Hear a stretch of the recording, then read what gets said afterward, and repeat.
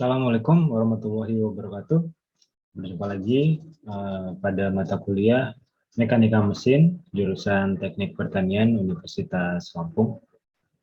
Ya, pada kesempatan kali ini kita akan membahas mengenai momen yang terjadi pada poros atau momen yang bekerja pada sebuah poros mesin.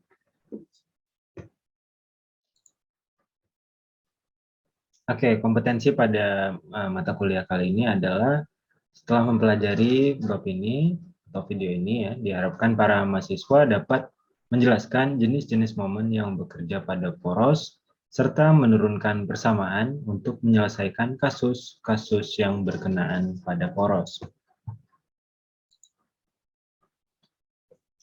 Nah, pada pertemuan sebelumnya di video mengenai poros, sebelumnya kita sudah membahas mengenai poros yang hanya menanggung momen torsi saja.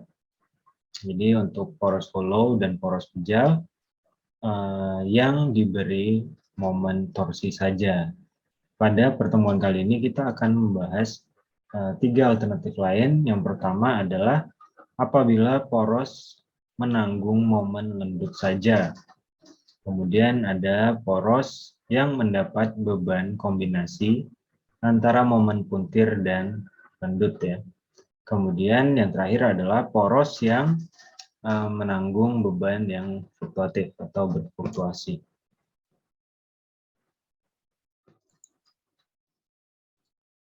Yang pertama adalah poros yang menanggung momen lendut saja. Nah, poros yang menanggung beban lendut saja dikenal dengan sebutan aksel. Pernah kita singgung sebelumnya, yaitu poros yang stasioner atau yang diam aja. Contohnya as ban sepeda motor ya, kan cuma menahan posisi bannya aja, sedangkan akselnya sendiri tidak bergerak atau stasioner. Nah, poros yang mengalami beban momen lendut saja, maka tegangan maksimum tensi atau kompresi tunduk pada persamaan momen lendut, yaitu M per I sama dengan sigma B dibagi Y, di mana M adalah momen lendut, Newton meter, I adalah momen inersia luas penampang di sekitar sumbu putar, kemudian sigma B adalah tegangan lendut, Newton meter, Y adalah jarak serat terluar dengan sumbu netral. Nah, momen inersianya adalah I sama dengan Pi per 64 dikali D pangkat 4. Dan Y sama dengan D dibagi 2 atau diameter dibagi 2 ya. Y tadi adalah jarak serat terluar dengan sumbu netral. Nah, dengan demikian, diameter poros pejal dihitung menggunakan rumus momen lendut M, atau momen lendut ya M, sama dengan Pi per 32 dikali sigma B, tegangan lendut, dikali D pangkat 3. Kemudian untuk poros hollow, nah, kalian lihat di bawahnya, untuk momen inersianya menggunakan I sama dengan Pi per 64 dikali D pangkat 4 dikali I min K pangkat 4, di mana K adalah perbandingan antara diameter dalam dan diameter luar. Kemudian Y-nya atau jarak serat terluar dengan sumbu netral adalah D outer, D terluar ya, diameter paling luar dibagi 2. Nah, maka diameter poros hollow dapat dihitung dengan rumus momen lendut, ini yang untuk poros hollow, M sama dengan Pi per 32 dikali sigma B, momen lendut, sigma B, dikali DO, D outer, pangkat 3, dikali 1 min K, pangkat 4.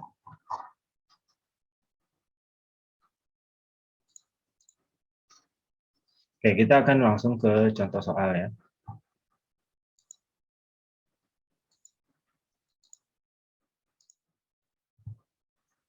Ya, ini adalah contoh soalnya. Sepasang roda kereta barang mengangkut beban 50 kN pada setiap box aksel. Ya, setiap masing-masing ini ada beban sebesar 50 kN. Pada titik 100 mm di luar roda pipa. di luar roda ya. Jadi jaraknya dari sini ke bebannya 100 mm. Tentukan diameter aksel jika tegangan tidak lebih dari 100 megapascal.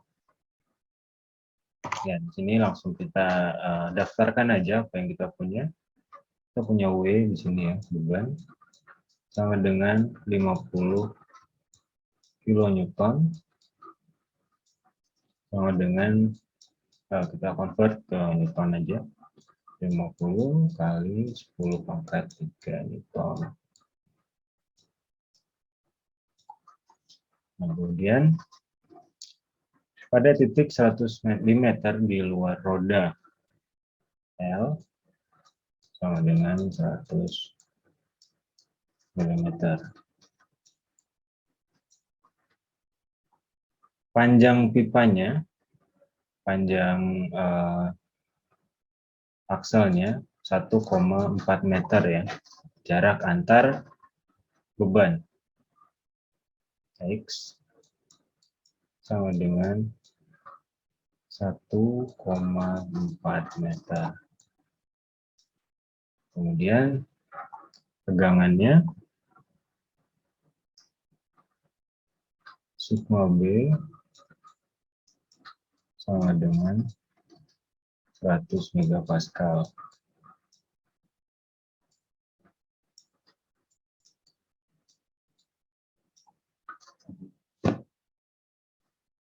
Ini kita rubah ke newton per milimeter kuadrat.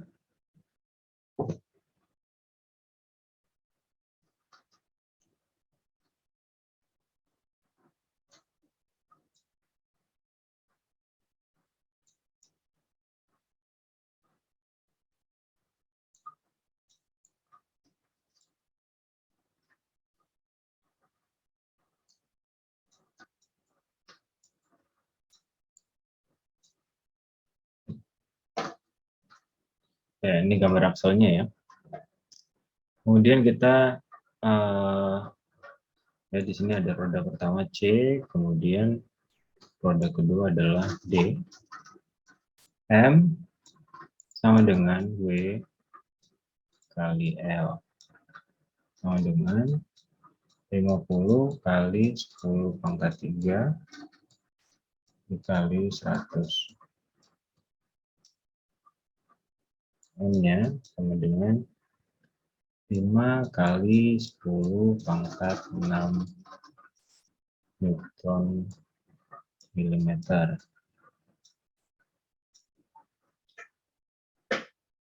Ya, diameter aksel ini kita anggap sebagai D ya, diameter aksel. Nah, maksimum kita dapat menentukan D-nya menggunakan persamaan yang ada maksimum bending moment-nya, yang ada M-nya ya. M sama dengan I per 32 kali sigma B kali D pangkat 3 sama dengan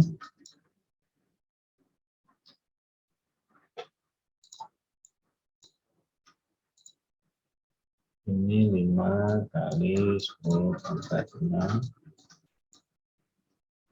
sama dengan sigma B-nya 100 Newton per milimeter kuadrat.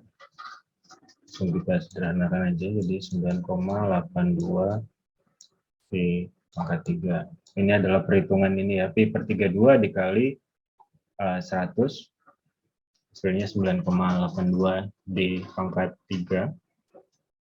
Kemudian D pangkat 3-nya kita dapat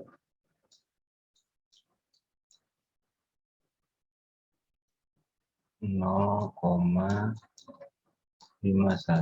kali 10 pangkat 6. D-nya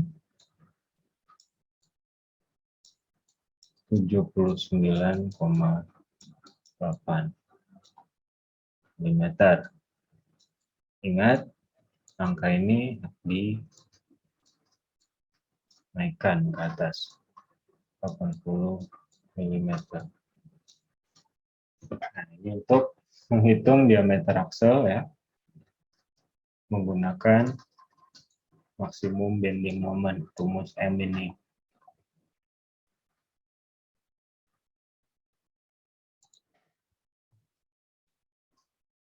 Oke, selanjutnya adalah poros yang mendapatkan beban kombinasi momen puntir dan momen lembut. Jika poros mendapat beban momen puntir atau torsi dan lembut, maka poros harus dirancang berdasarkan dua momen tersebut secara simultan. Ya, poros harus dirancang berdasarkan dua momen tersebut secara simultan. Nah, banyak teori yang menyarankan agar kegagalan elastis bahan dipertimbangkan juga. Nah, dua teori berikut penting untuk dipertimbangkan. Yang pertama adalah teori gas atau teori tegangan geser maksimum, digunakan untuk bahan kenyal ya, seperti mild steel atau baja mild. Kemudian yang kedua adalah teori tegangan normal maksimum atau Rankines theory, digunakan untuk bahan getas atau brittle seperti cast iron. Nah, berdasarkan teori tegangan geser maksimum di dalam poros adalah tau max sama dengan setengah akar sigma B kuadrat ditambah 4 tau kuadrat. Nah, sehingga didapatkan rumus tau max ini ya, tegangan geser maksimum. Sekali lihat di sini 16 per pi di pangkat 3 dikali akar M kuadrat plus T kuadrat. Yang dimana M tadi adalah maksimum bending moment ya, atau momen lembut. Kemudian T-nya adalah torsi.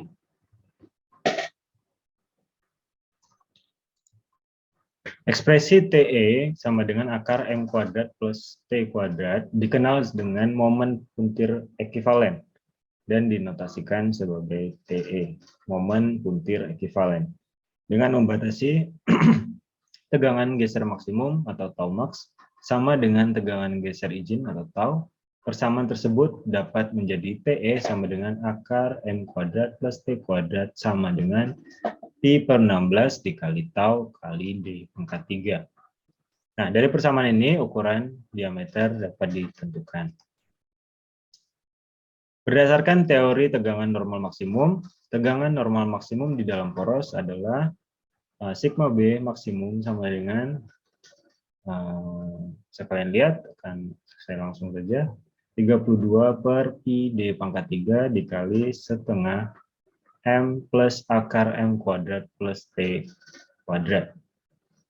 Nah, ekspresi ini yang setengah M plus akar M kuadrat plus T kuadrat ini dikenal dengan momen lendut ekivalen atau ME. Nah, momen lendut ekivalen adalah momen yang bila bekerja sendirian menghasilkan tegangan tensi atau kompresi sigma B yang sama seperti momen lendut aktual. Ya. Apabila bekerja sendirian menghasilkan tegangan tensi atau kompresi yang sama dengan seperti momen lendut aktual. Nah, dengan membatasi tegangan normal maksimum sama dengan tegangan izin, maka persamaan tersebut menjadi ME sama dengan setengah M plus akar M kuadrat plus T kuadrat. Atau pi per 32 sama dengan pi per 32 dikali sigma B dikali D pangkat 3. Nah, ini untuk poros hollow ya, karena ada selisih diameter di situ, dapat kalian lihat. Rumusnya menjadi TE sama dengan pi per 16 kali tau dikali D outer pangkat 3 dikali 1 min perbandingan antara diameter inside atau inner dibagi diameter outside. Nah, kemudian ME sama dengan setengah M plus M kuadrat, akar M kuadrat plus T kuadrat. Nah, di situ kalian lihat sama dengan pi per 32 kali sigma B dikali DO pangkat 3, 1 min K pangkat 4. Ya, di sini ada selisih diameter ya, karena porosnya hollow. Nah, kemudian disarankan bahwa diameter poros dihitung berdasarkan kedua teori tersebut. dan gunakan ukuran yang lebih besar atau yang paling besar. Jadi kalau kalian menghitung kemudian mendapatkan ukuran diameter yang lebih besar, maka itu yang digunakan. Kita akan langsung ke contoh soal ya. Oke, ini contoh soalnya. Sebuah poros menanggung beban momen 300 Nm dan torsi 10.000 Nm. Poros terbuat dari bahan baja 45C8 dengan tegangan tensi ultimate 700 MPa dan tegangan geser ultimate 500 MPa dengan faktor keamanan atau FS atau faktor of safety-nya 6. Tentukan diameter poros. Ya, kita langsung saja mendata yang kita punya ya. Kita punya beban momen di sini M sama dengan 3000 Newton meter atau dengan 3 kali 10 pangkat 6 Newton milimeter.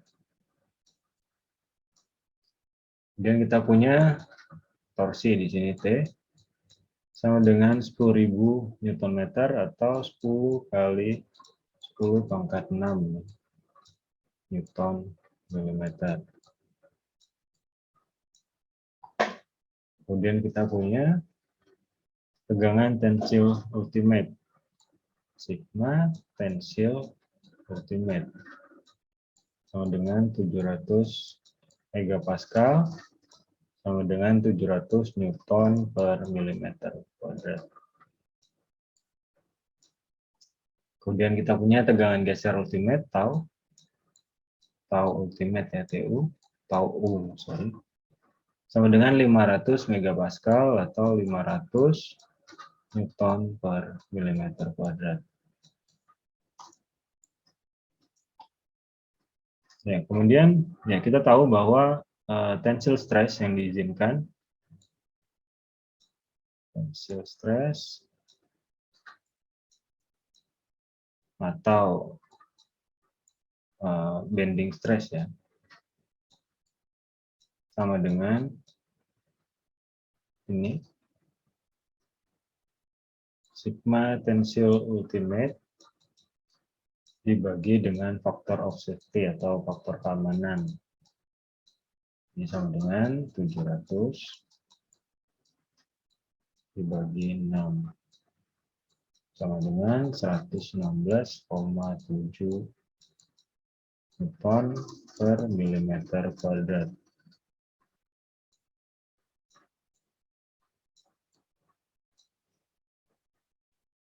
Kemudian tegangan geser yang diizinkan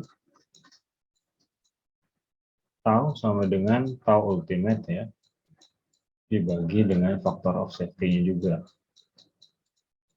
Dengan 500 dibagi dengan 6. 6 ini tadi ketahui faktor keamanannya sama dengan 83,3 Newton per milimeter kuadrat.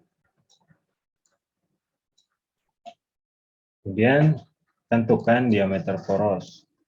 Anggap diameter ini D aja biar gampang. Nah, berdasarkan teori shear stress maksimum, twisting moment equivalent tadi TE atau twisting moment equivalent yang kita bahas sebelumnya sama dengan akar M pangkat 2 ditambah T pangkat 2 sama dengan M-nya ini, T-nya ini di akar. Saya langsung aja 10,44 kali 10 pangkat 6 Newton milimeter. Kemudian masukkan rumus PE satunya sama dengan Pi per 16 kali tau dikali D pangkat 3. Nah, dari rumus yang ini kita dapat menentukan berapa diameter poros. Silakan dihitung sendiri ya.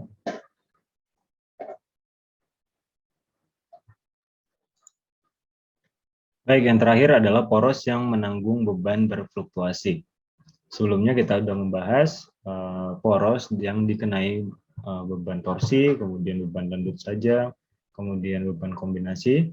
Nah, namun dalam kenyataannya poros selalu terbebani secara variabel atau berfluktuasi, baik momen torsi maupun momen lembut. Nah, untuk tujuan perancangan poros yang demikian, kombinasi faktor shock dan fatigue atau kelelahan ya, perlu diperhitungkan dalam menghitung momen torsi dan momen lembut. Nah, poros yang menanggung beban kombinasi torsi dan lembut bisa kalian lihat di sini ada persamaannya. Yang pertama adalah momen puntir ekivalen TE sama dengan akar KM dikali M kuadrat ditambah KT dikali T kuadrat. Kemudian momen lembut ekivalennya juga bisa kalian lihat ya, di mana KM adalah faktor kombinasi beban kejut atau shock load dan fatigue untuk lembutan. Kemudian KT adalah faktor kombinasi beban shock dan fatigue untuk torsi. Nah, untuk nilai KM dan KT sendiri bisa kalian lihat di tabel ya, tabel yang di samping ini. Ketutupan saya, tapi bisa telah dilihat. Ini adalah nilai untuk KM dan KT. Yang pertama untuk stationary shaft, yang kedua adalah untuk rotating shaft. Silakan menyesuaikan ya, mana yang akan digunakan dalam perhitungan momen atau beban berfluktuasi pada poros. Nah, sebelum mengakhiri kuliah, ini ada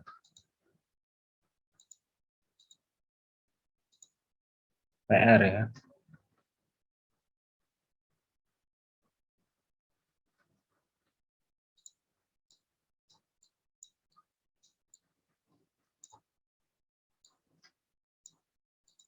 Baik, ini adalah tugas untuk kalian coba sendiri. Nah, sebuah baja mild atau mild steel mentransfer daya 20 kW pada 200 rpm. Poros membawa beban di tengah sebesar 900 Newton, disanggah oleh dua bearing di ujung-ujung berjarak 2,5 meter. Tentukan diameter poros jika tegangan geser izin 42 MPa dan tegangan tensi atau kompresi tidak lebih dari 56 MPa. Berapa ukuran poros jika diberi beban gradual? Ya, ini adalah untuk PR ya. Sebagai latihan. Nah, itu aja materi yang saya sampaikan pada video kali ini. Pada intinya, rumus-rumus torsi atau momen yang bekerja pada sebuah poros,